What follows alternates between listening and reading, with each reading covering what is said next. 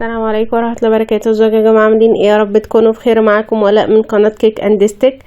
هعمل لكم بقى النهاردة صينية بطاطس في القلاية الهوائية. ده طلب ناس كتيرة ان انا عايزين نجرب القلاية من غير الشبكة، فانا قلت هجرب فيها صينية البطاطس وهنشوف مع بعض الدنيا فيها ايه.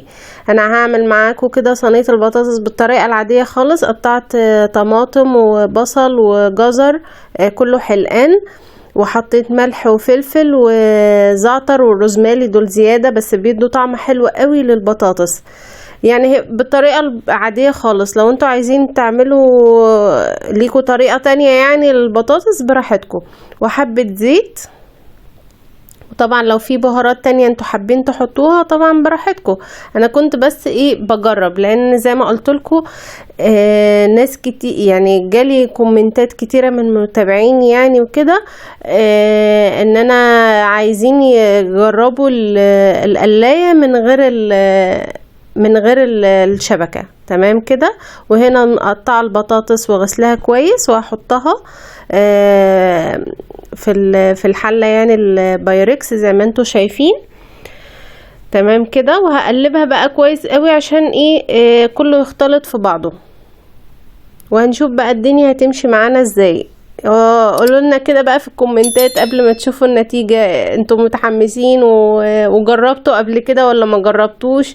فقولوا لي كده. ولو عايزين طبعا اجرب لكم حاجة تانية زي ما قلت لكم قبل كده في الفيديوهات، لو عايزين اجرب لكم حاجة تانية في القلاية قولوا لي وانا هجربها ان شاء الله معاكم.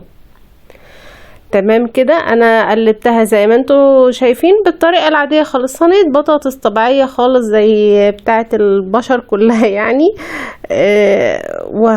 وهحطها في القلايه وهنشوف الدنيا فيها ايه.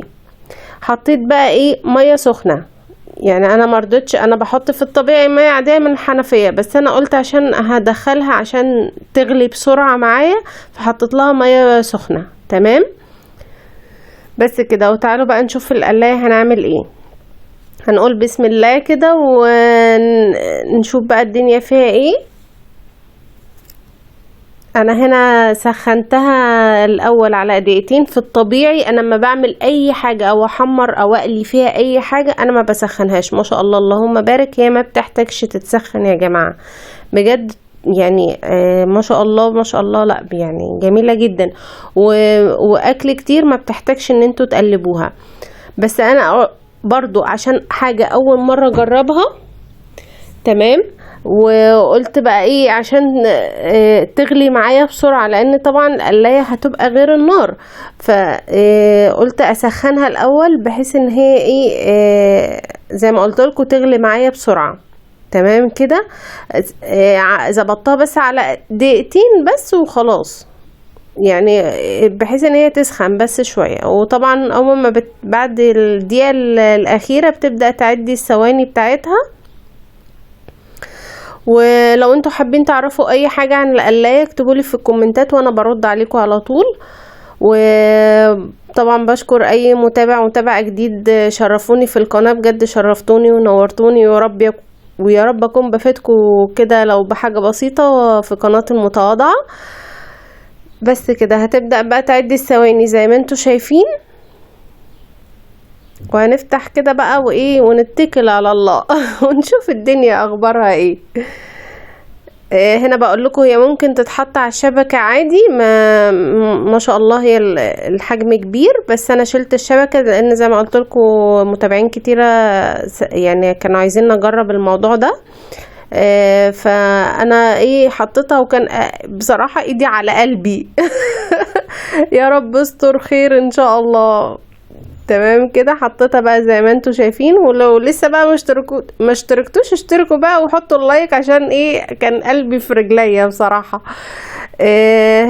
هنا بقى اخترت برنامج البطاطس درجة حرارة 180 وعملتها على 20 دقيقة.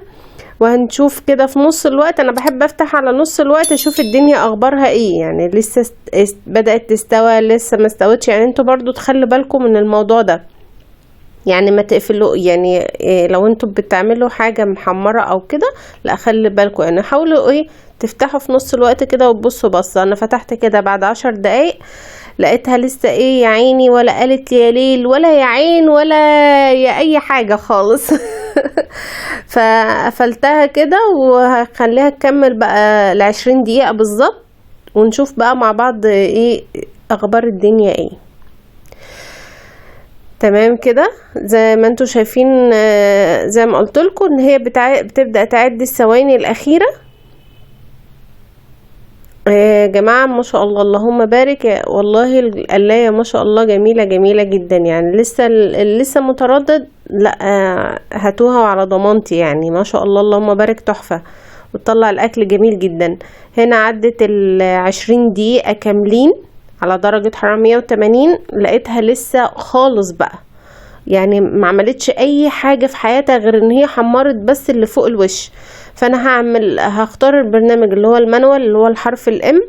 هظبط بقى الوقت اللي انا عايزاه والحرارة اللي انا عايزاها. اخترت درجة حرارة 200 على 20 دقيقة عشان تقوم لي البطاطس بسرعة يعني. انا لو كنت سبتها على 180 كانت هتقعد وقت طويل قوي، فانا ما حبيتش الموضوع ده.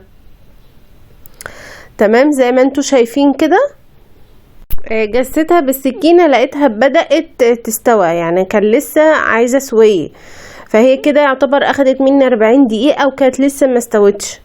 والجزر طبعا لسه، هو الجزر اصلا بطبيعته بياخد وقت، بس البطاطس نفسها كانت بصراحة لسه. وبصوا زي ما انتوا شايفين حرقت اللي فوق الوش، البصل والطماطم. ف